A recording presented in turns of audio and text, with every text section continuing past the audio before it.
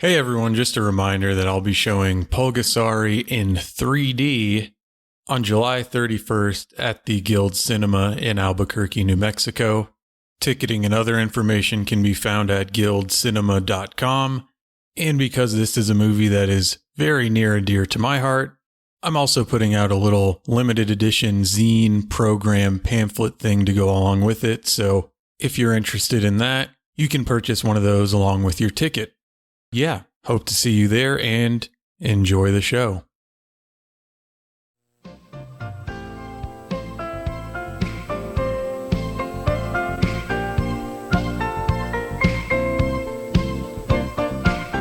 Hello, everyone, and welcome to Dead Formats, a movie podcast in search of films that are as rare as a moon on the 13th of the month. I'm your host, Chris, and this episode we're going to be discussing Psycho Hypnosis Ecstasy Part 1 from 1985, Psycho Trip Ecstasy from 1994, and Female Criminal 10-Handed Punishment, also from 1994. And this week I'm joined by two very special guests, men with somewhat complicated pasts, but who are well-versed in the ins and outs of the streets. Dakota, Chris, welcome. How are you doing this evening? That was a good intro. Woof. Well, actually, because it's June, whatever day it is in June, it's Happy Pride for all those listeners. Happy Pride from your uncles, Chris and Dakota. I think one of these movies said Happy Pride for a bit. I think it did. Yeah, so Dakota and Chris are the co-hosts of the wonderful Two in the Pinku podcast. They were most recently featured on this show in an omnibus episode where we discussed Red Account, My Bloody Angel, Red Account 2, Dirty Play in a Closed Room Hotel Lady Murder Case, Oh my Dirty God. Pilgrimage to the West Introduction, and Dirty Pilgrimage to the West Broken Volume. Yes. Yeah, so Do I remember the plot of most of those? Absolutely, sure. mostly the Red Account. I was going to say Red Accounts, I remember. The other Yeah. one, I don't know what journey we were on, but we were on something. There was so much history. Yeah. So much lore. So it's been a while. What's new in the world of Two in the Pinku? You guys have been showing some films and other things like that. So yeah, what's new? Yeah. I would go first, Dakota. We recently did an intro for a screening of Lustmord and Kyrie Ellison in LA, which was fun to see people get freaked out by Lustmord. Yeah, one guy had to step out for a second. For the good rest, reasons or bad reasons? It was the incest part. So he went to go do some He went to bathroom I onani. think, yeah, I think he went to He do called him his mom. He's like, oh, Mother's Day passed, but still, hey, happy Mother's Day. Yeah. So we did the screening, and then Dakota has like 20,000 releases. Okay. Oh, let me tease. Yeah. Check out the part of the essay for New Love in Tokyo, which is probably one of the classics of Japanese cinema. So Wow. And then I had I'm on the release of the Bunny Yeager nude Yes, camera. you are. That was the video essay that was fun, along with the Sin Syndicate, who shout out to them, who did the commentaries for both that film and the Nude Las Vegas. So it's like a double bill. So go check that out, Kino Lober. double nude. Yeah. The double Everyone nude. check out Chris's copycat photo shoot of that. It's great. I did that in under an hour because I was pressed for time. Well, could have fooled me. It looked great. I wish I did more. I was like, I got super picky about it, but yeah. You needed hypnosis to I really go needed some further. hypnosis to like really calm myself. Yeah. So on that note, our dead format this week, I guess, is instructional masturbation hypnosis videos. They just don't make them like they used to. That's hard. I mean, it was cinema. Yeah, so let's start off with talking about the man behind two of these pieces of media that we'll be discussing, and that is Tadashi Yoyogi. So tell me a little bit about him. I know the broad strokes, but I assume you guys have some more in-depth knowledge on him. Yeah, I mean, he is an adult video pioneer with Athena Izo, which we watched the movie from. Also, like he started it in roughly like 81, but before that he was a Pink film director. Also, like Hmm. we've seen a couple of his Pink films. They're not great, Yes. but Shocking. that's the point. They're all like semi-documentaries for the most part too. He's more active also as a producer, so not only like he's directing, but also he's producing alongside his wife too, which I don't know if that makes it more crazier, where she was a pink film actress and they're producing these mostly like plotless films of people Yeah. humping together. Love it. But that leads into it's like he's probably one of the first to take off with adult video format. Also, like unlike other adult video stuff too from Japan, where they came from like magazines, he's like, no, like I come from film. Like I know how to light and shoot it. Does that make sense for the video that we watch? Absolutely not. Nope. Yeah.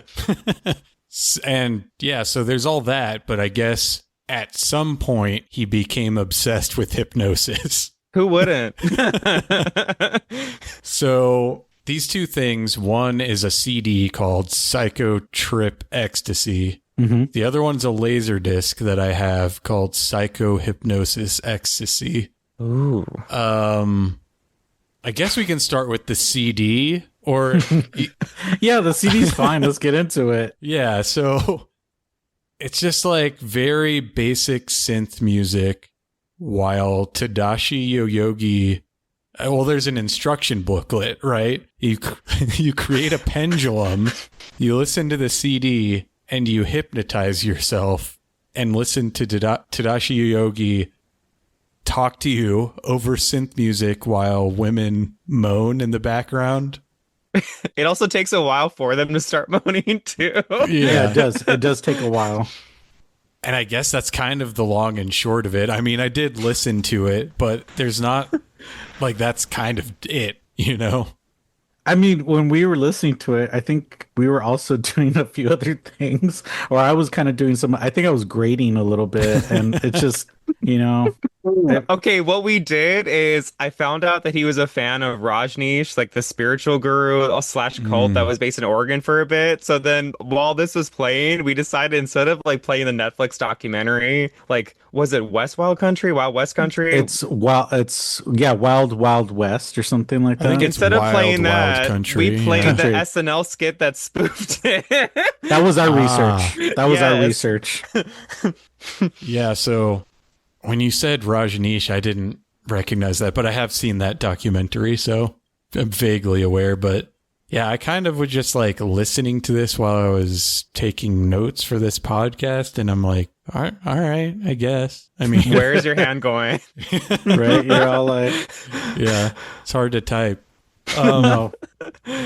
It would just like fade into the background and I would forget I was listening to it until like women started moaning again. And then I'm like, oh yes, this is what I'm listening to. So easy listening, I guess. I don't really know.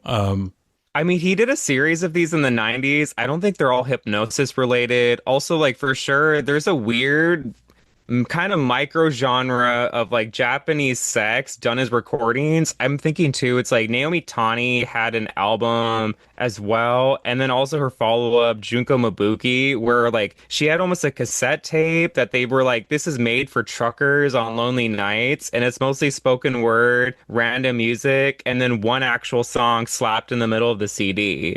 Pinku invented ASMR. Yes, you heard it here first. So yeah, it's like this one I didn't get the physical copy of because I planned on it, but I ended up like finding that same YouTube video that you did. So I was like, okay, well, I don't need to buy this. I wish I could have had the insert booklet just like to see all the pages and maybe get a little bit more context, because it just seems, all of this seems very weird to me. You just put it on and goon. That's what it felt like. It felt like a one gooning session, right? Because like, Yeah. mean- Yeah, I mean, that's the That's CD. that was the CD. I mean, I'm also grateful that you put the subtitles, or subtitles on it because it was kind of funny to like read what he's saying. I mean, it was fascinating. Would I say this as enjoyable? I don't No. know, but weirdly it worked as some like if you're like, oh, this is like a whacked out art piece and someone's Yes. playing some ASMR thing, Hmm. there's value in that. But as like a sex thing, like the No. erotic aspect, it's not exciting whatsoever. Even if like you're a woman, like okay, you're a woman hearing Tadashi Yoagi's voice, I'm like, why? Yeah. Yeah, because also if you think about it, if like let's say your kink is like okay, you're into some like ASMR Hypnosis. hypnosis, Hmm. his voice was not that exciting either to listen to. Well, when you're being hypnotized, you don't necessarily want an exciting voice. Yeah, No, he's but supposed to like, be kind of dry with hypnosis, like where it's that calm, eh, almost like forcing you to go into that state of emotions. I'd rather hear somebody has like a nice voice, You want regardless someone of. nastier. No, no, I just want a better voice. He didn't have a good voice for me. I'm just saying I that. thought he has a pretty good voice. It's like a Eh. nice, deep. It was clean, yeah. Yeah. Yeah, I'm gonna say no. I mean, it's not gonna be like a crazy like oh my God, like I'm a dom kind of voice, because that's not even like the adult videos he made. He Mhm. mostly made interviews where like girls would get interviewed and then either have sex or masturbate. Multiple films where they're masturbating in some way, or like kind of weird pseudo concepts like this. But Yeah. he's never like the most violent director of AV. Like he's not really a No, BDSM no. director But it's kind of a kink. It's fetish. to someone. No, Yeah. that's what I'm saying. To somebody, it's his fetish. I, Because I personally don't understand the whole hypnosis angle at all as something arousing, but I guess that's just me. Clearly, no, same, there's a same. market for it. I mean, have you watched other, I guess, like Japanese adult video? I'm just curious, like, or seen it come across. I think not really, other than what I've watched with you guys. I don't Okay. think so. Like, I think these two laser discs may be the only. Well, I guess. Well, Groper Train was an AV, so yeah, these two would be like the only AV that I own. Okay. There's other ones also with like, I guess, like kind of a consent thing too. It's like there's a whole like subgenre of time stop where Yeah. like time stops and then the male participant like kind of rails like this like sleeping frozen model. It kind That- of reminded me of that. That's just that reads to me as like the fantasy of a 13-year-old boy and not like a grown adult man. Like a 6-year-old man is probably filming it. I feel it. But no, but like it reminded me of that, like, I don't know, adult video, especially like the 80s is kind of like a Wild West period for Yes. it, where it really leans into like weird concepts that also it's like you're kind of wondering like who is this exciting to for it's but like they keep trying, but also it keeps being hit because like VHS just sold so much. Yeah.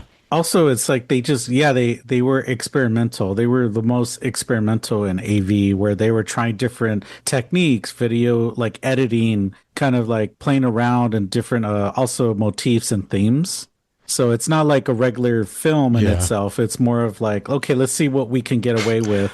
Let's hypnotize. Oh my God, I forgot to say we should have emphasized the woman in this. But we, Oh, we haven't talked about the movie. That's why. That's why. Yeah. That's why. Oh yeah, I was gonna say blurry. let's just get into the movie because there's nothing much more to talk about. In the yeah. soundtrack. So I have 2 laser discs of these Psycho Hypnosis Ecstasy. I got Ooh. them just because scrolling through auction sites and like the artwork is amazing. It very much is like that 80s vibe that you want. I love it. I had no idea what these were because like what little information there is about them online now, I don't think existed when I got them, or at least I was not literate enough to be able to find it. So I was like, okay, cool. I got these 2 movies, put it on, watched it, and I'm like, what the fuck is this? How am I ever going to talk about this? And then I meet you guys and I'm like, well, that's my opportunity because if anyone can make this interesting, it's you two. So this movie stars, if you want to say it that way, Yes. Kyoko Izome. And basically, it's Tadashi Yoyogi and some guy named Giant Yoshida, who is a hypnosis expert, going through various hypnosis sessions, making this AV actress masturbate. Mm-hmm. I guess that's it. That's the plot. Yeah. So did you guys recognize this actress? Because I haven't seen her in anything, I don't think. Yes. Okay. Yeah. Okay. I also made me watch probably one of her major films in anticipation of this. So she was a pink film actress Yes. from 75 up until like this whole era. And then she takes off in 81. She's in the hardcore remake of Daydream. So like yeah. Shochiku, the major studio, releases this. It's like a big deal. She becomes this like erotic sex superstar. And then Tadashi Yoyagi, like the director we're talking about, he's like, "Oh, you made this erotic film for a major studio. Like, let me give you adult video work." So like the same year, like he starts giving her concepts that headline her in the title. She becomes one like the first like major stars of like Japanese adult video. She also does direct both like adult video and pink film. But again, Yeah. like I wouldn't say like anything she's in is like a classic of the genre, right? But again, like it's interesting too, like that she's like a superstar. Also, like before Yeah. this, I was trying like, oh, let's give you like a crazy fact. She has this like she like gets her hymen re-sewed up so she can re-lose her virginity the year before this film in a different adult video. Pioneer. Yeah, like dare to be daring. It's interesting, though, that kind of from what you're saying, both her and Tadashi Yoyogi, it's like they're famous because they were first, not really because they did anything super notable. They just did it. kind of got in there early. Ooh. Yeah, probably the first to transition to the market. Like she'll always have the infamy plus that major studio stamp with Daydream on her. But I say, I don't know. I think she has a great look. Yeah, she's Yeah, really she's attractive. pretty. And also, I think like I would say like the camera loves her because she just knows how to be like she has presence on the screen. She's on like probably like the second Groper Train film ever made. yes. Oh, wow. Yeah. I don't know was what it she a good plays in one? it. Was it a I good don't one? We know. don't know. She probably got groped for like a second. Like, Yeah. she was coming up. In between these masturbations, after them, they kind of do like little interview segments. So like, hey, you just masturbated. What was that like? It's very weird. Well, that's Tadashi's style. So apparently, like he had a long-running interview series with actresses. There'd be interview at the beginning, interview throughout, and it's more of an interview than it was normal for adult video. Like that's his trademark and why we see it. And it's also a way to like stretch it out. Plus, like it's kind of weird. Like I was kind of surprised. Like this film didn't bill her like more significantly on the cover of like the Laserdisc or the VHS. Because like at this point, like she would have been the star. Well, so on the Laserdisc she is like on the bottom right, there's a shot of her and it's like featuring Kyoko Izome. And I think all of the other ones do the same thing. Like it was kind of the selling point to be like, oh, this one has this star. And she said yes. Yeah. Speaking of which, the first time, like when I ripped these laser discs and I got to the end and saw that there are 5 of them, my heart fucking sank because I knew I will never find them. And then today I learned that there's actually 7 of them. Yeah. The last time I looked, I couldn't find any evidence that anything past 3 actually existed. Like the only picture I saw of 3 was through the window of a porn shop in Japan. Like the VHS was like pressed against the window. But now I have seen solid evidence that all 7 were actually released, and at least on VHS. I don't know about Laserdisc, and there's probably no way I will ever find them because I got these 2. These seem like pretty damn rare because there's not a lot of information. The next 5 have to be like 1 copy in existence in some pervert's closet somewhere. Give us your treasures. Yeah, it's man, not fun. It's like one of the worst There was like experiences. VHSs of these. Like I feel like it's a weird thing where it's like their cover art exists. There's like a Japanese retailer that at least like listed they sold these at one point, but it's also a retailer Nikaku that like doesn't sell to proxy buyers. I feel like we would have to convince someone from Japan to figure out for us. But like yeah, it's like the artwork for these, like this one we're talking about, it is beautiful. Like it's actually hand drawn. Yeah, it's awesome. So there's a guy that reviewed all 7 of them that I saw today, and he linked to some site that was called like Sock Meal or something like that. Like Wait, they're on SOK. Sockmail? So I don't have an account, so I couldn't really check. Seems like Dakota does. Yeah. I haven't tried it yet, but if it works similar to Fanza, we could probably watch these. Yeah, I just didn't have time to go through that. And also, since I'd never heard of it, I'm like, is this site a scam? But according to this one Japanese guy, like, yeah, they are on stock meal and available, as I think that was written in 2020. So could have changed since then, but he's jerked to it a few times, or at least once. And I think he said on his little review that the retail price for this was 30,000 yen when it came out, which is like 125 US dollars at the time. I would have been disappointed if I spent that much money on this. It's kind of like a pyramid scam of like Onani, hypnosis, masturbations. There probably is. It's going to that Reg guy or like their cult or whatever they're fucking called. Yeah. Oh my God, we became a cult podcast with this adult video. I'm trying to think if there's anything like actually interesting about the sex in quotes scenes in this movie, but I'm not really remembering. Well, I'll say like I think Dakota and I really enjoyed this because granted we've seen a lot of AV so far of this era, and we enjoyed it because it was a little different, because the idea of having like a hypnosis and a woman just pleasuring herself was really like, okay, that was fun. It was interesting. There wasn't like male centric. I mean, it kind of is. I mean, it's also good that it's not normal sex. I feel like with adult video, it's like it should be violent, weird, or a strange concept. It shouldn't be like just normal people having sex. Yes.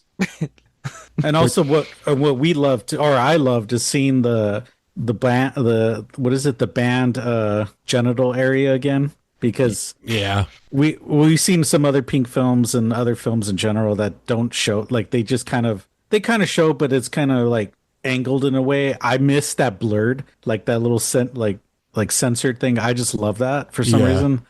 Yeah, so when we talked last time and we looked at those little mosaic remover devices that I had, beautiful. That's why I couldn't use it, because these are the only two AV laser discs that I have, and it's just like, so it is a white circle, but I also noticed this time that they like chroma keyed out so you can still, like, the underwear is still visible through the white circle. I guess that was important to see that she was wearing underwear. I don't know, but like it is kind of just all masturbation scenes, like not really anything to write home about. It's more of like a sound thing to enjoy. Like maybe visually don't really look at it. I would say its value is like kind of this weird trippy experience, a sound of him talking to her too throughout it. Also, if you're also someone literally, okay, just watch Daydream with her and then watch this. That'll be your journey. Yeah. I mean, it's fascinating to see, like, I was telling you this, Dakota, earlier, that it just reminded me of what I remember seeing in like gay porn, where there's some porn, like some sites where they actually, like, for example, Bound Gods, where it's like BDSM, and the guy, like, they interview the performers before and then after the scenes. And like before they talk about, and then after they're like, oh, it was beautiful, it was fun. Is that this would kind of remind me of that too, where you see, being interviewed before. Does this happen in straight porn, like American straight porn? Like, I don't anything think so, you've right? seen, like Hypnosis, interviews. I don't think I so. haven't seen really. I don't know if I've seen any porn from like American straight porn from this era, so I don't know. But I know. Yeah, that's what I'm wondering, because I remember I see, like, of course, if you go on Pornhub, right? If you do like the categories, sometimes depending on what kind of like site or whatever kind of thing you're looking for, it depends. Like you'll see like being the women being interviewed, or like the actors being like interviewed before and after.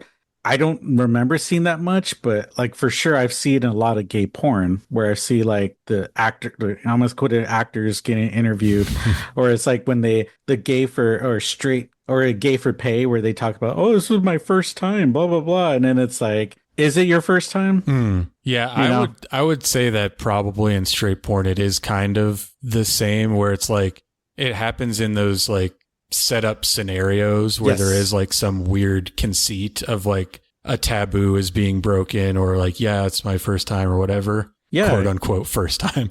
Yeah. I've never done this before. I Like never- ignore yeah. the 20 other videos. And then you see that actor and someone else, and I'm like, Yeah, that might have worked before IMDb existed, but now we know Right. it's not your first time. I mean, you have me thinking though too. It's like Japanese, like the adult video industry is so different from, I guess, America. It's like they do like the interview format not only within porn, but it kind of encourages like the fan culture around this. Like Yeah. AV girls are like idols, so not only it's like are they doing other content, but they're at conventions where fans can meet them and they're selling DVDs. They're selling different merch. It's a whole different fan culture where this interview things are kind of more encouraged even within the video itself. Like fans want to see this tidbits of them. And also like even the way there's like sold too, it's like the back of a VHS, like there would be a lot of them that be described like this is the girl and then she's from this city and this is her blood type. You're like, what?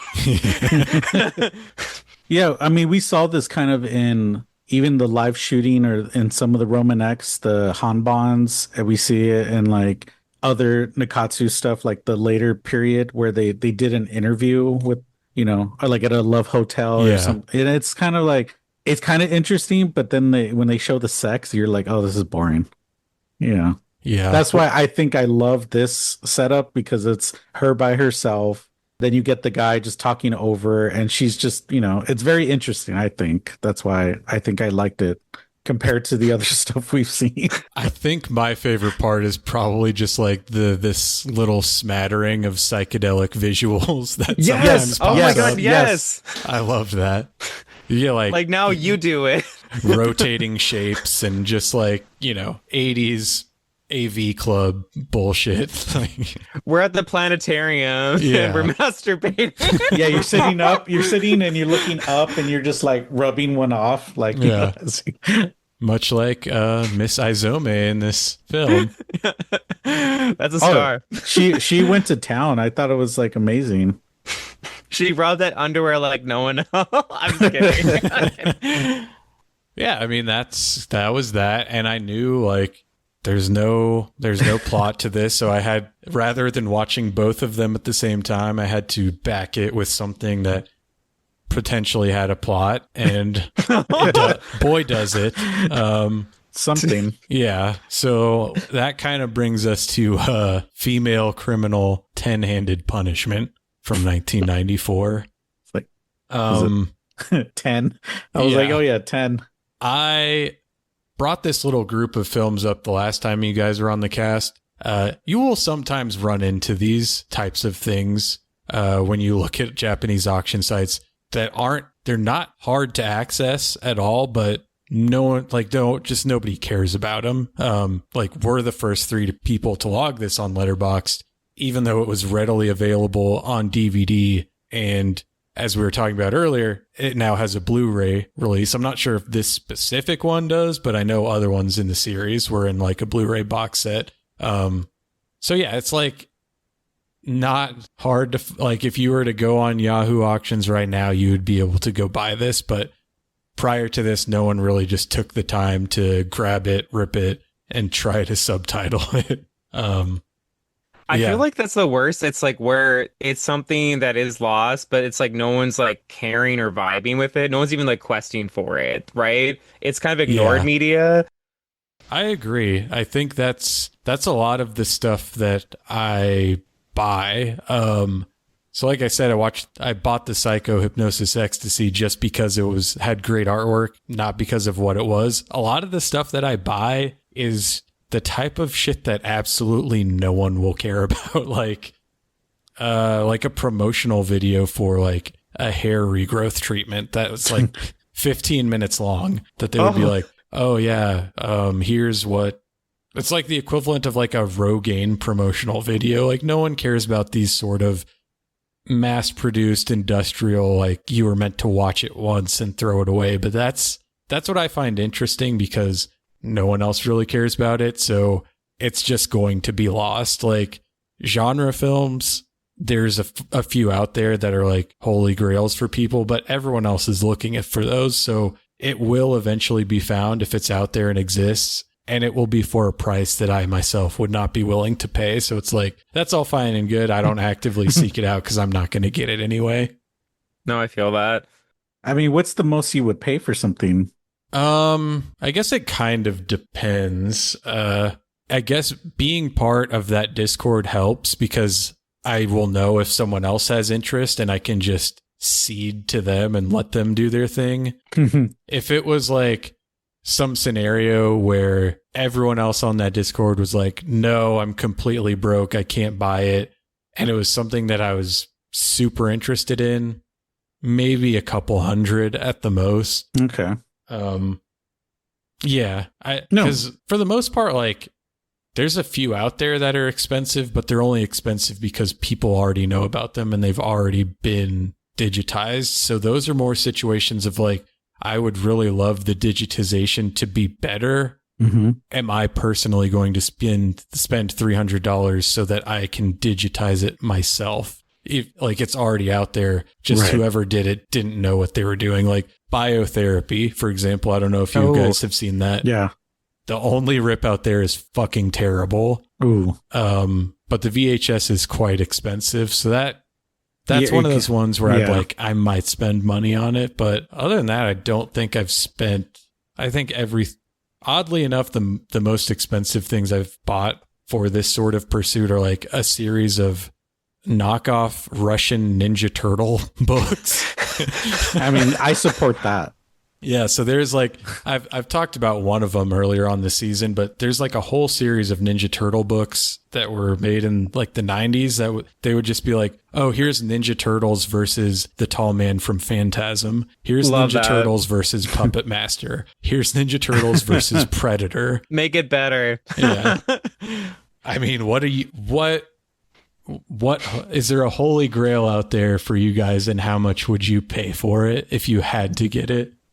I mean, for me, it's not necessarily films. It's mostly action figures, which everybody knows. I love toys. There's one that I want, and I said I can't do it. It's too much. It's literally too much. But one day I said I will get it. One day. It's the Unicron planet. Wow. And it's as big as a human child, and it's about $2,000. Is this new, or was this one that came out when the movie came out? No, this came out in the 2015, 2016. Oh. It's amazing, and it also transforms to actual Unicron that is bigger than a child, and you could put it in a stroller.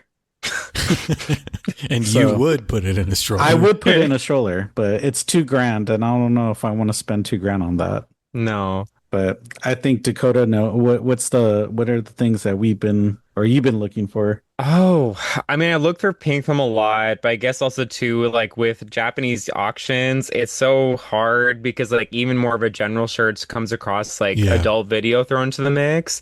I mean, at this point, I did track down a Toshiki Sato film. It's kind of crazy. I feel like our episode we did on Fred Account 2, which I won't say the rest of the title, it did force me to watch the rest of Toshiki Sato's films. Wow.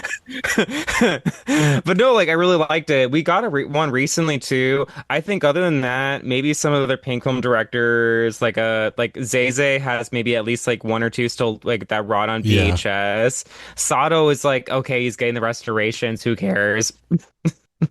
Yeah. But it would probably be that. Yeah. I mean, other than that, I'm trying to think. Like, I feel what like about the one that we found, or the one of a viewer or somebody on Letterboxd like messaged you saying, one of the holy grails that we were looking for was available, and Dakota woke up at like 3 a.m. Oh, the third Sakon. Yeah. The third Sakon. Oh, yeah, probably weird stuff like that. Oh my God, what else would be that? There's also Shikoshima did an adult video. Also, we've been watching Eccentric Psycho Cinema from the disturbing movie Iceberg Glitch. Oh, our female teacher stuff. Also, a stewardess. A stewardess, a teacher, and a bank teller so far. Amazing. Your face is like, what the fuck? Just like Barbie, women can be anything. I mean, they all have the same vagina, I guess. If you think about it. Without giving out much of the plot, let's just say it always ends with a bottled vagina.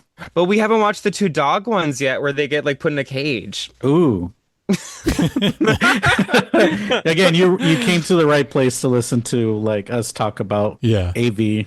I Yeah. mean, there was also the ones that you found, Dakota, that I was really happy for, which is S&M Madonna or the Mary Oi videos in Yeah, VHS, because like that's like extreme bondage, like female led. Those are amazing. Not for everybody, but which I don't even know if like these are necessarily like rare to some in Japan, but it's like no one's looking and no one's listing Yeah. it too, and it's like the random one rare listing that comes through, and you're like, oh my God, and sometimes you don't get it because you see it too late, yeah. or Yeah, I someone think outbids you just a little bit.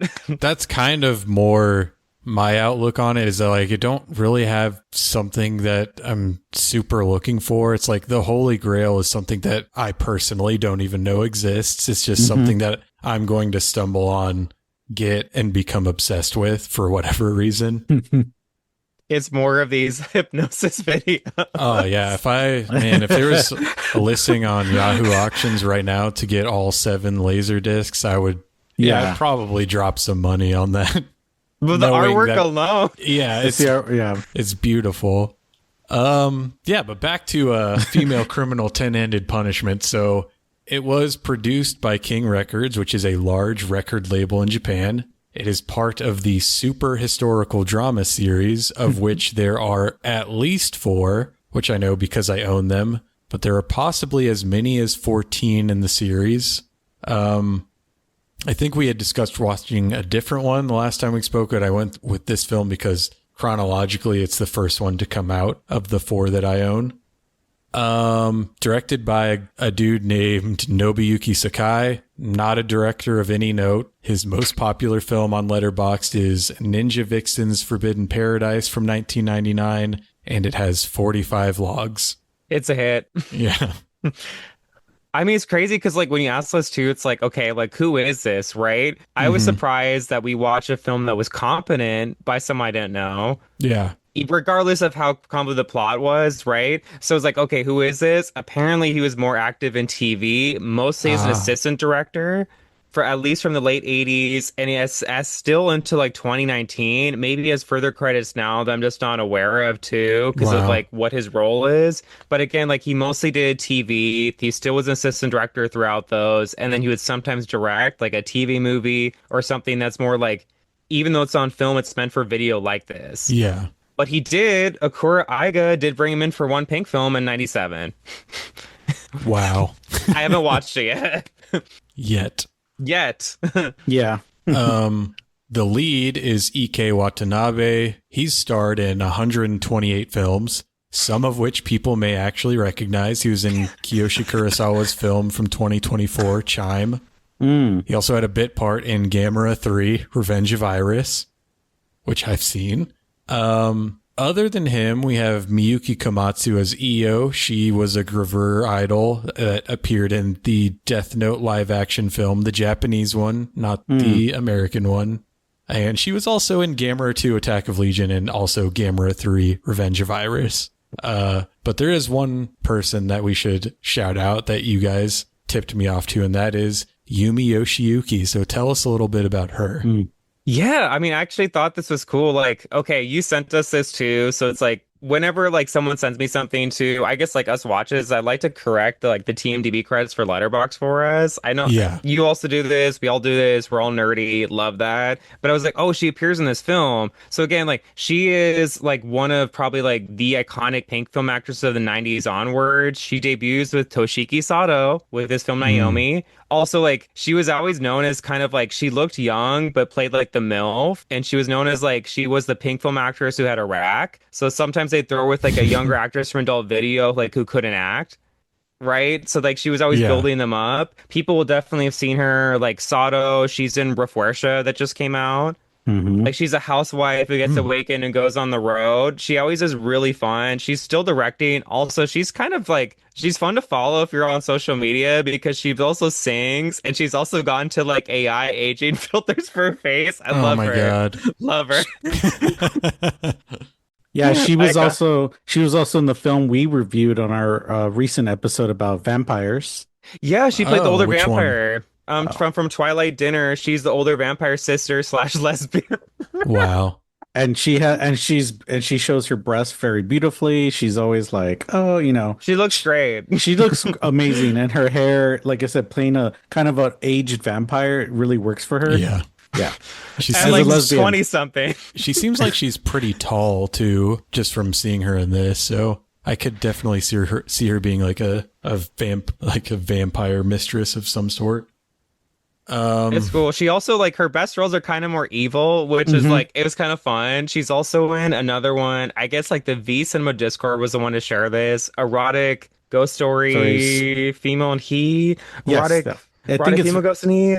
yes. She's the crazy wife of a doctor in this possessed hospital scenario. Like, her best roles are where she gets to be kind of mean and show off her cleavage, I guess. But be mean about it. Yeah, like, So yeah, I think like I did just like a little bit of glancing at everyone else, like not really anyone of note other than her and the two that I called out a little bit. Like some of them have only been in this movie and its sequel. Yeah, so it's just like I can understand why this has been mostly forgotten about. But I was kind of surprised hearing that, as you just said, we have this huge Pink actress from the 90s. You would think that there would be like at least one freak out there that's a huge fan of her and gets this out there somehow. not yet. Yeah. But I mean, I think even too, it's like the whole V Cinema crowd, I think they would vibe with this too. It's like, it's a period drama, it's erotic, the sex is fun and goofy. It kind of gives them everything they would want from a TV. Okay, like everything about this should be wrong, right? Yeah. A director came from TV, that should be bad. Yep. Yes. Home video during this era is also extremely hit or miss. As much as like we all love it, it's extremely, it could be very boring and worse pace. Like I would say that this is convoluted, but it's interesting to watch in a way that like is above most like V cinema. Absolutely. So I guess we can kind of start talking about the plot a little bit. Yeah. I mean, I had not seen any of these super historical drama films before this one. I skimmed through them after I ripped them. They looked pretty typical of some of the things we've talked about together in the past. I really didn't think much of it, but I was really wrong because this is the exact type of film where machine translation really hits its limits because as you guys have alluded to a couple times, this has a pretty complex plot. I watched it twice. I'm still not sure that I 100% got it, but I'm going to try. So, and I like, as I was doing my notes, as I usually do, like 50% of the way through, I was just like, yeah, skipping along. So,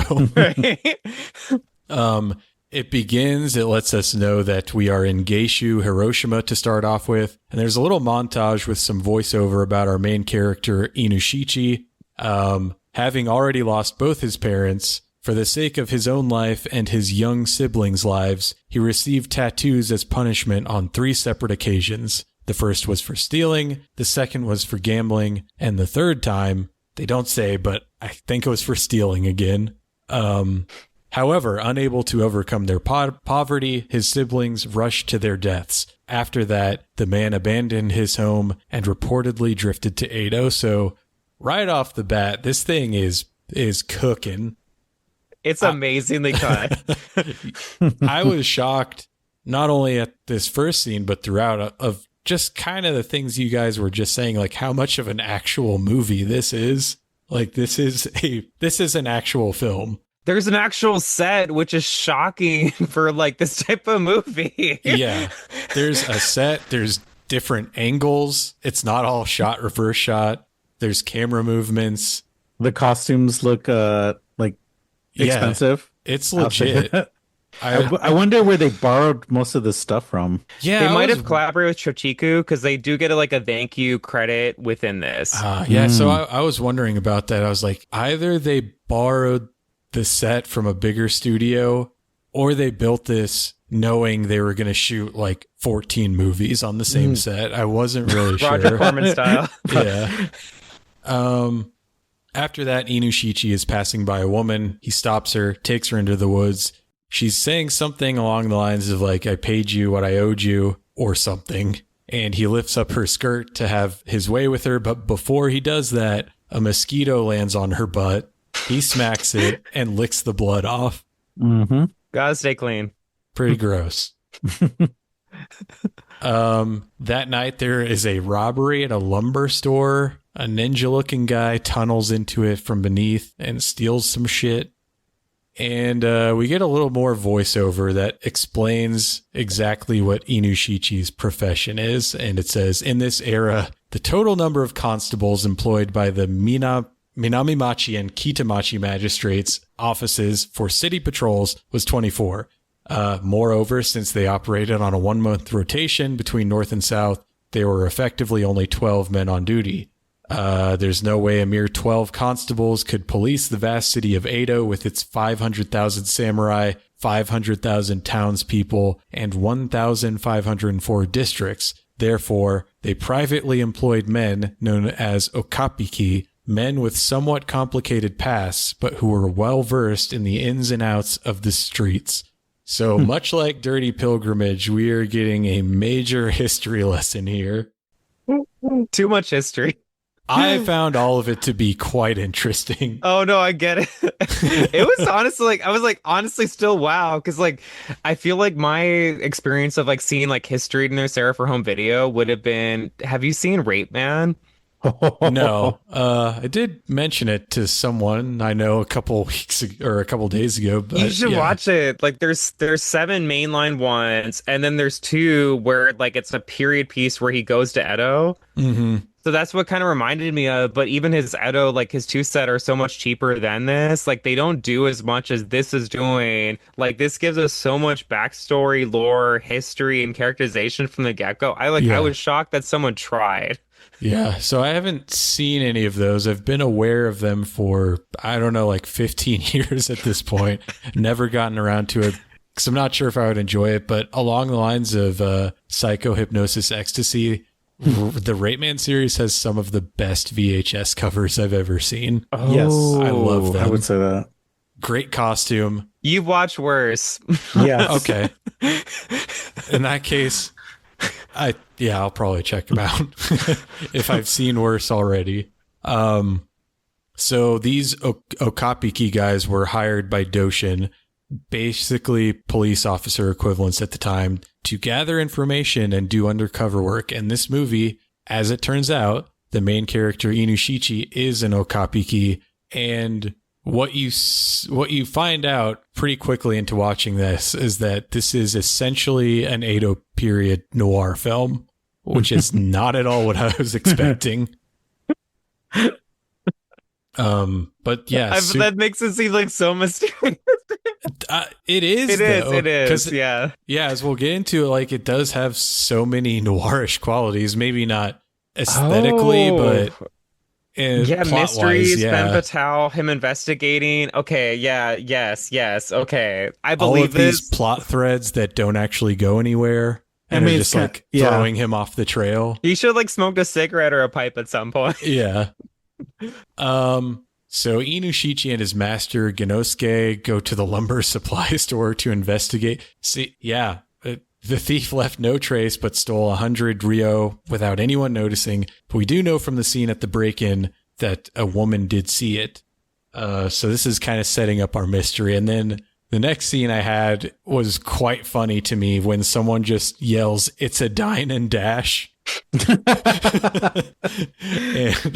Inushichi captures the guy by like hurling his jite at him and ties him up. So the English translation of this, female criminal 10-handed punishment, makes it sound like it's a BDSM film. Yeah. What the 10-handed part actually is this little weapon called a jite. Mm-hmm. That translates to 10-handed in English. And so that like swords and edged weapons of all sorts were banned in the Shogun's palace. So what people would carry around instead is this little baton called a jite that has a hook on it. And it served as both like your badge to say I'm a police officer, but it's also really the only weapon you could carry because you couldn't have edged weapons. Super interesting historical stuff. Which makes sense because like you're wondering why. I guess like even like a Westerner, like why he uses this one weapon, right? Like Yeah. why is this the one? It gives so much context to it. Like why in this place, why in this time he's doing it. But also it makes sense of the title, which is like I don't know like how the title got created too, but like also I don't even know like a better translation of the title either too. It's like I was trying to like how do you get the sword, the jite mixed in to still make sense? I don't think you do. Like, because also the female criminal part doesn't make sense. And like No. punishment, I guess that's just so vague. Yeah, that goes along with it, but it's not. Would you say maybe the punishment is more because, like, you know, he has sex with her, there's some kind of violation? Probably because Maybe, there but was it's a like, Japanese review that said that too. it's also like, I don't know. Because it also has that Japanese film thing of like, it's not consensual, but it is. So it's like, is it really a punishment? Because they all end up liking it. Especially Yumi Yoshiyuki. Yeah. No complaints. So, yeah, I mean, to me, the title is like kind of all nonsensical. I wonder if it's just a bad translation or if it's like the studio trying to like be sensational and sell this as something that it isn't to get more people to buy it. It feels like a little bit of both. I mean, there's Yeah. the title, like, oh, kind of putting a title out there to get people excited, but then also like bad. Maybe the translation is just, you know, not good. Yeah. So, yeah, there's a dine and dash. Inushichi catches him, but the shop owner doesn't really want to do anything about it because he doesn't feel like dealing with the legal system. And there's a whole subplot where Genosuke doesn't want to give Inushichi his badge because he doesn't believe in using Okapiki, even though Inushichi is with him all the time and does all the work. Also, Genosuke has a sister who I believe is named Fumi, and she's just sort of like a sympathetic character to Inushichi. I mean, it's kind of interesting how like it taps into, I guess, like feudalism plus classism. I was like, it has more of a political context, even if like we're not immediately like getting it too. It's telling us a lot, but it's also Yeah. playing with it. It's having this roguish character as like the hero, like almost against like those in power or those with money, which is kind of a fun thread throughout it. But like, oh my God, you're like, wow, it's just like working class hero as he's like jamming the sword up people's asses. Yeah. He's like the Robin Hood or something, you know. So as I was watching this and like seeing that and realizing, oh, this is kind of a noir investigation movie, and he's investigating by essentially sexually assaulting everyone. I haven't seen the movie, but I kind of am like, I'm familiar with what it is. Like, I'm sure you two have probably seen it, but is this anything like Hanzo the Razor? Yes. Is that kind of the same vibe? Similar, but like, okay, I was thinking that too, but like Anzo the Razor is like probably like one of my favorite Japanese movies. Is a trilogy. It's also the movie like, oh my God, I'm like, like someone needs to free it from Criterion Yes. because they have the rights to it. Anzo is more depraved, where like Yeah. he gets more sexual and more twisted, and the sequences are longer. And also, it's like he enjoys more fetishes. Like there's like, okay, like a woman's peen, or he's tying him up and like wrapping around the dick. You'll get more extended sequences of it. If anything, our hero here is like more wholesome. Yeah, he Wow. is. Yeah, so I think I probably will have to check those movies out at some point. You would like it. Also, Yeah. they're streaming the Criterion channel, or maybe still HBO Max? Question No, mark. I think they're on Criterion. Max I'll was figure out a streaming way them to for a watch bit. it. Yeah, We you're have the it's- DVDs of these movies. Yes. So after that, the woman from the woods shows up. She's being chased by three men. I'm not really sure what this fight is about, but we get kind of like probably the first action sequence as well, I guess he just beat up the Dine and Dasher, but this one's a little bit more involved. Inushichi beats up the men and runs them off. Woman rewards Inushichi with a dinner, but while they're eating, a fire erupts, and Inushichi is just like, hey, you should go loot those places, and walks off. He's still the rogue, you know, the vagabond. Yeah, so pretty decent fighting stuff in this, I would say.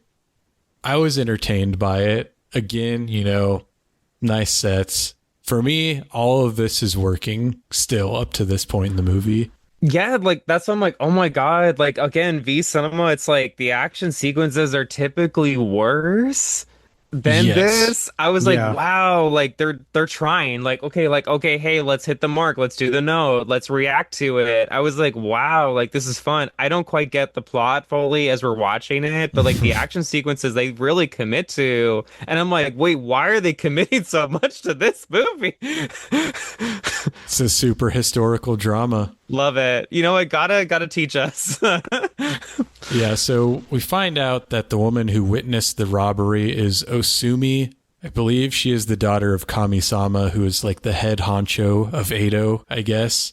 During his investigation, Inoshichi learns that 5 brothels burned down in this fire and that Kami-sama got the contract to rebuild all 5 of them. So, yeah, more noir investigation shit. Inoshichi and his master follow a man named Kamo, I believe. That was another thing is like, this machine translation in particular is kind of rough because I feel like like Inoshichi gets called like 4 different names in the subtitles. And I feel like every character is given multiple names, which on top of the convoluted plot makes it hard to follow. And then on top of that, all of the men are dressed exactly the same and have the same haircut. Yes. Because of the time period. And they kind of get like a little like, they look the same also. So it's hard to differentiate. So, all the dudes look alike. And one of those guys that looks alike is, I think his name's Kamo. They go to a hotel or boarding house, I guess. Kamo meets up with Osumi and we get a sex scene that involves one of those cup and ball toys. And some absolutely revolting fake saliva dripping out of this woman's mouth. Is this like the most exciting sex scene of the movie? Yeah. Yeah. but yeah, like it's just the saliva. It's like there was probably a prop master or somebody who just put that together. Someone mixed that. Somebody mixed that. Yeah. The art department. It is super gross. And then Inoshichi tries asking the landlady for information, which this is Yumi, and she won't give it to him. But what does he do to get this information, guys? He jams the sword up her ass. Pretty much. She seems to like it. Yeah, and so Chris sent a message in our group chat on Instagram asking, did he just put a sword up her? And that's what I was thinking too. But then like it's revealed that it has like a wooden scabbard. Yes. So it's not it's not really, she's just she takes it from him and starts like, you don't know how to do this. Let me do it right.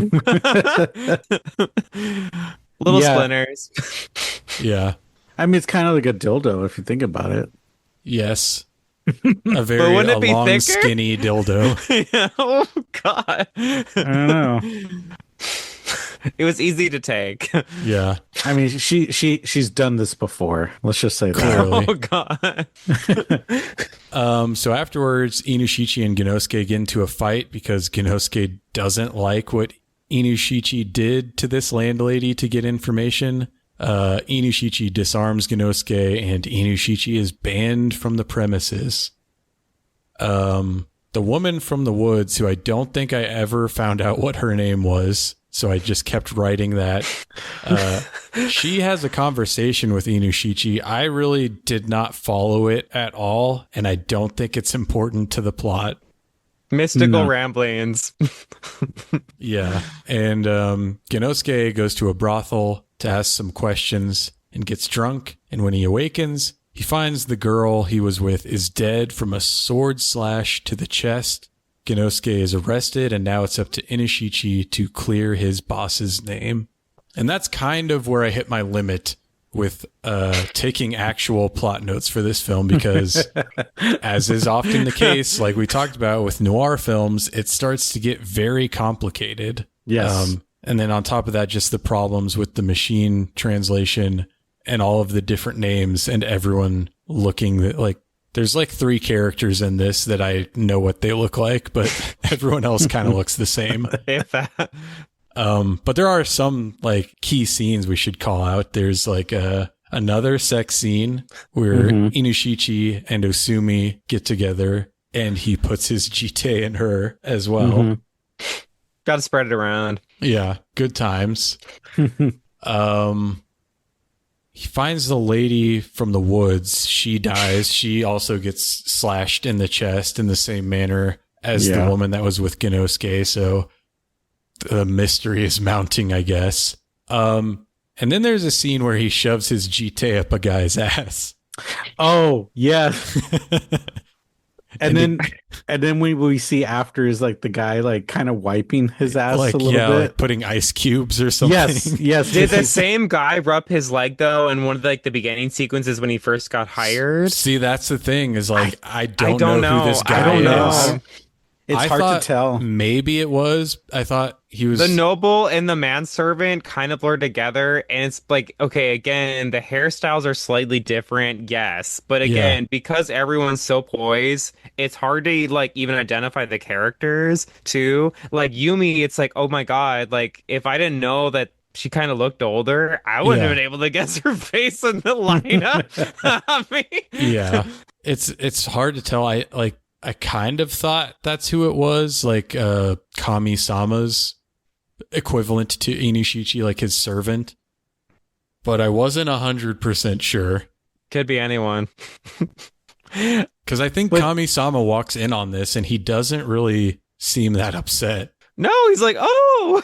It's like he's used to seeing this stuff all the time. Yeah. I don't know. That was one of the wilder scenes in the back half of this movie, no pun intended. There's a torture scene where Kami-sama is torturing a man named Shinji, who I don't know if he was really in the movie before or after this, and also is wearing the same clothes and has the same haircut as everyone else. They torture him and get him to confess. I don't like, again, there's like weird fake bile, I think, coming out of his mouth, and they maybe cut his tongue off. I wasn't really sure, but then it might be fine. Yeah. Another fire gets set, which sort of sets up the final confrontation where Inushichi and Genosuke confront Kami-sama, and basically it kind of turns out that all of the investigating didn't matter, because what I think it all just boiled down to is that Kami-sama was just orchestrating this stuff so that he could get contracts to rebuild things. And unfortunately, like, Osumi had seen the guy that broke into the lumber store, so she had to die. And there's just like people getting in his way in the process and getting killed just because he wants contracts to rebuild brothels. I think that was it. Yeah. I mean, it seems like it's about like developers, right? So it's like, okay, the contracts, who has the money to. It even seems from like a Japanese review that I was looking at where they're like, okay, there's like this quest to like find out the truth, raise up against the elite, but then he's distracted by his own lust. So we get all these weird side plots too, where he's not like a completely good guy. But on our end too, it leads to a more confusing situation because like, everyone blends together after a certain point. Yeah. There's too many people and too many names. Which I kind of wondered if that was intentional or not, because you do kind of like in noir films or giallo, there's often like two men or two women who look exactly alike almost. And it adds like a layer of confusion. So I wasn't sure if like that was intentional, but I think it's just because realistically, the period dress, they would have all been dressed the same and had the same haircut. I don't know. Strip nude for your samurai. Giallo and Edo. I mean, it felt like it. Like, and you're saying it's like a noir, but then it's like the Jollos, like the really kind of convoluted Jollos. I mean, most of them are, but this one was. I mean, this was kind of easy to follow compared to another one where it's like. Okay, you're making me wish though if this was Jollo in Venice, like maybe they go to like a shadow puppet show and then someone whips their dick out. Yeah. Like, why not? Why not? Well, also in Jollo in Venice, he was like putting the blade up a the woman's scissors, right? Remember? Mm-hmm. Even in the table. There's also some fire setting in that movie. Exactly. Yeah. It's all coming together. Like, yeah, so that's kind of like, okay, yeah, it's all for lumber contracts. We do get a big fight scene at the end between Inushichi, Genosuke, and Kami-sama's men, which was pretty cool. Yes. Inushichi. this is really nicely staged. Like, It wow. is. And like Inushichi like stabs a dude in the forehead with his jite. Yeah. And I can't remember exactly what the purpose was, but he also like hides in a barrel of water and pops out at some guys. This Ninja is funny. style. It's ninja style, you know? And it all ends with Inushichi cutting off Kami-sama's hand. So decent action. And then at the end, Inushichi heads out of town. Along the way, he finds the cutest fucking puppy I've ever seen in my So life. cute. Oh my God, yes. He puts it in his robe and he walks into the sunset. The end. Female criminal 10-handed punishment. Love your pets. Yeah. So what did you guys think of this one? I'll say, like, you know, compared to the other one that we watched, what was it? The Journey to the West 1 and 2, I think. This is more of like an actual story. It had a plot. It had a budget compared to the other two. And also, this was longer, obviously. The other two was more short and fun and kind of camp, I would say. This feels like, you say, it's like a budgeted movie. Oddly, yes. Am I going to remember this film in the long term? Probably not, in my opinion. You know, I feel like I will because, like, God, it's like we've seen, I guess all of us here, we've seen worse movies than this from this time period and genre. The fact that it is fun, watchable, action scenes happen, the sex is fun and goofy, there's a lot of different sets, they know how to light it. I was like, wow, like, again, someone could have like a field day. Like if this is already restored through King Records, they could just license it. And also like they need a translator really like dig through. But I feel like at the end of the day, like a translator would be like, I don't know. Criterion win, right? Criterion win. Yeah, I mean, clearly no one really cares about this, so it's probably not super likely, but it would be nice.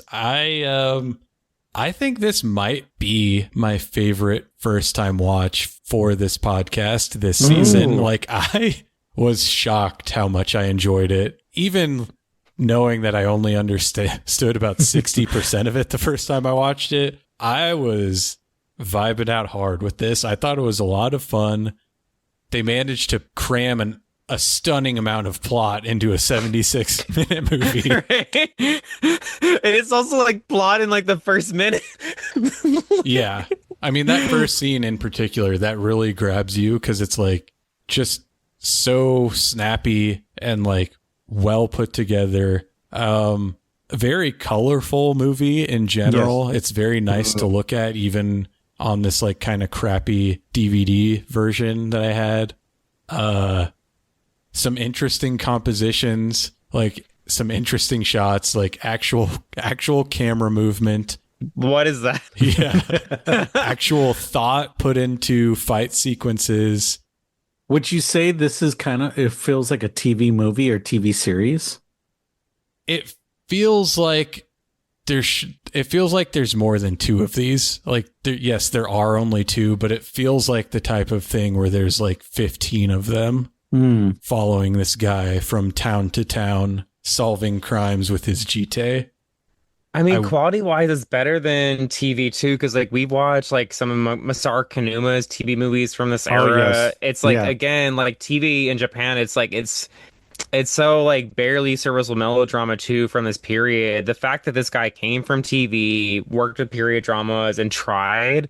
Like actually tried, right? It's honest. It's crazy to watch that. Also, there's so many actors, so many crew listed. And sometimes you see that like, oh, there's 100 credits, but the product sucks. Like this one, it's like, wow, like, no, like they actually earned this.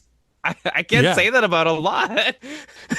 Yeah. I mean, I thoroughly enjoyed this, and it was one of those things like maybe this is my shit, which is weird because I actually really dislike noir films.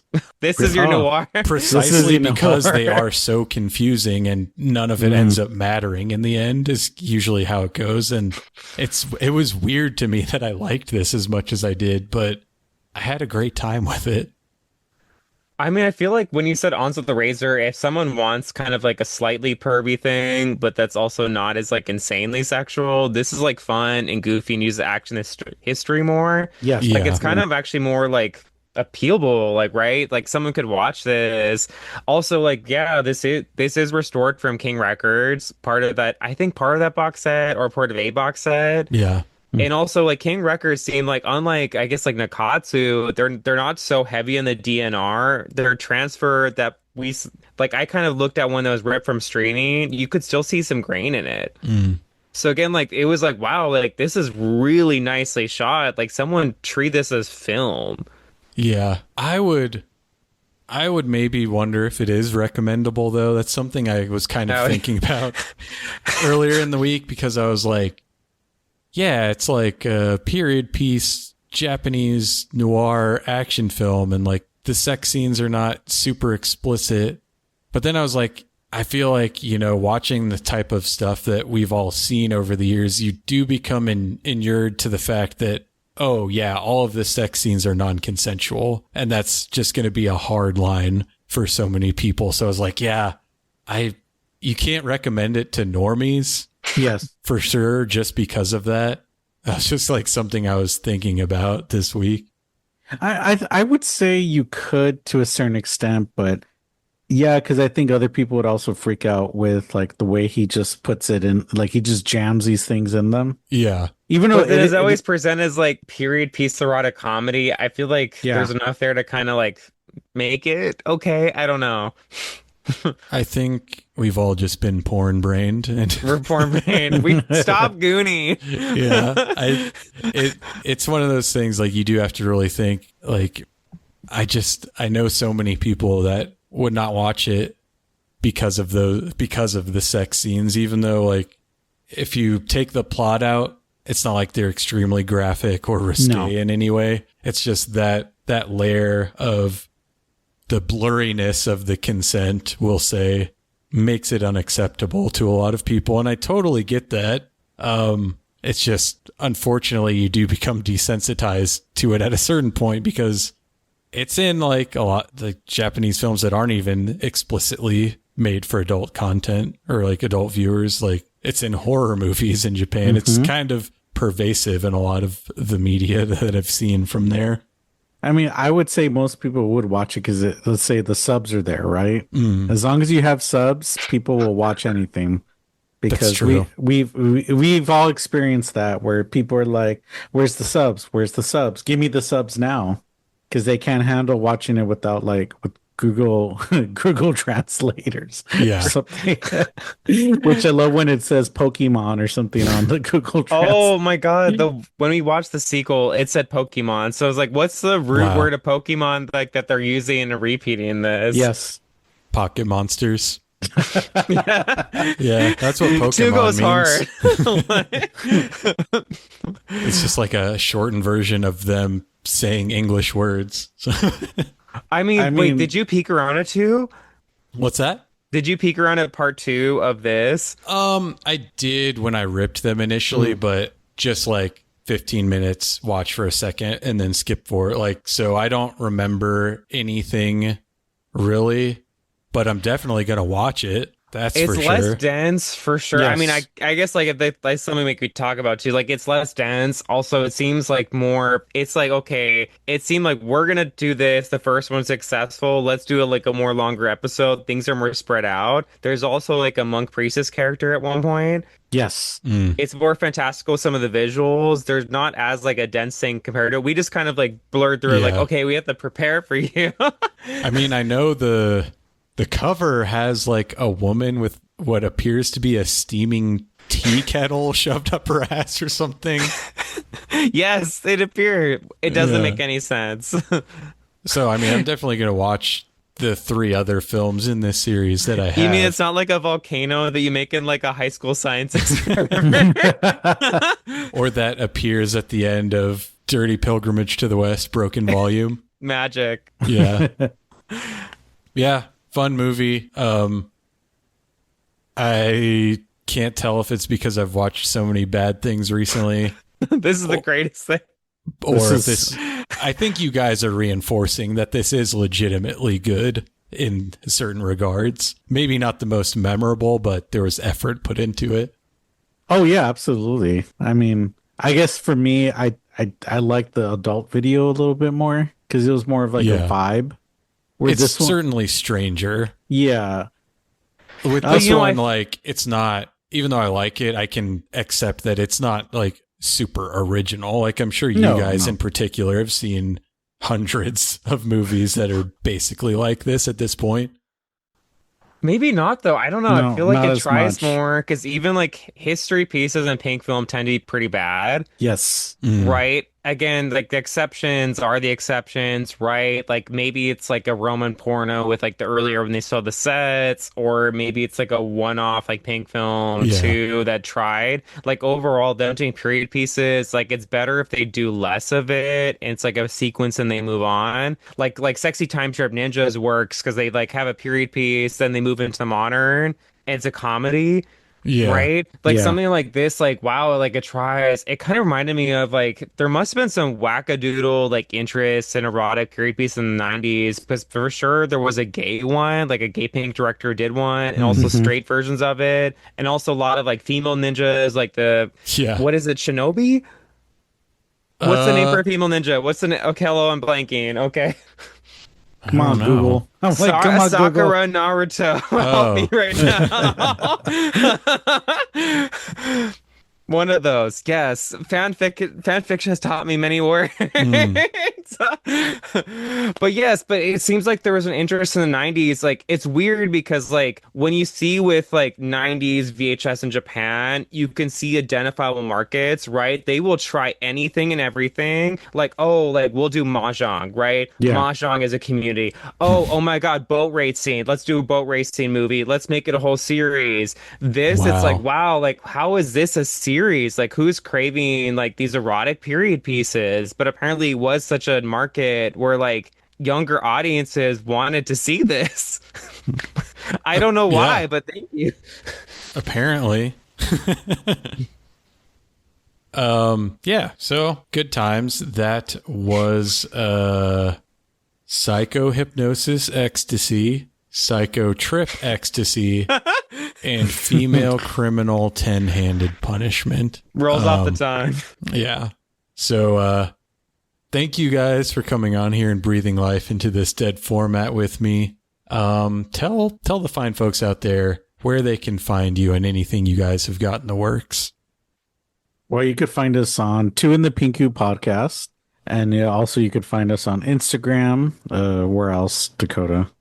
You are Caver83. I am Dakota Newt, Noot, and you can also, I guess, like, speaking of adult video, stay tuned for the fall. Oh yes. Wow. Have fun with that. I didn't need an excuse to watch Japanese porn. Research. It's all research. It's all up here. But yeah, God, what else? You should get like Chris's video essay on Bonnie Yeager, which I think is just out. It came out in last month at the end of May. Kino Lober. It's really fun. I think everybody should like it. Somebody said it was very essential to watch my video essay with the movie because I got really nerdy about cameras. Fuck yeah. And then, like, with a sexploitation film, you know, it's like, who's going to want to listen to me talk about, like, a Polaroid camera where it's, like, a nude girl is just, like, showing her breast, you know? Maybe, I don't know. She should also be hypnotized. She could be hypnotized. Yeah. So, yeah, I guess on behalf of Dakota and Chris, I'm also Chris, and this has been another episode of Dead Formats. See you later. On the next episode of Dead Formats, we'll be joined once again by Dan from TYTD Reviews and Triv from Trivial Theater to cover a fan edit and a Lego sequel that a lot of people don't know exists. Here's a hint. Did Tubbs do right? You did it beautifully, Tom!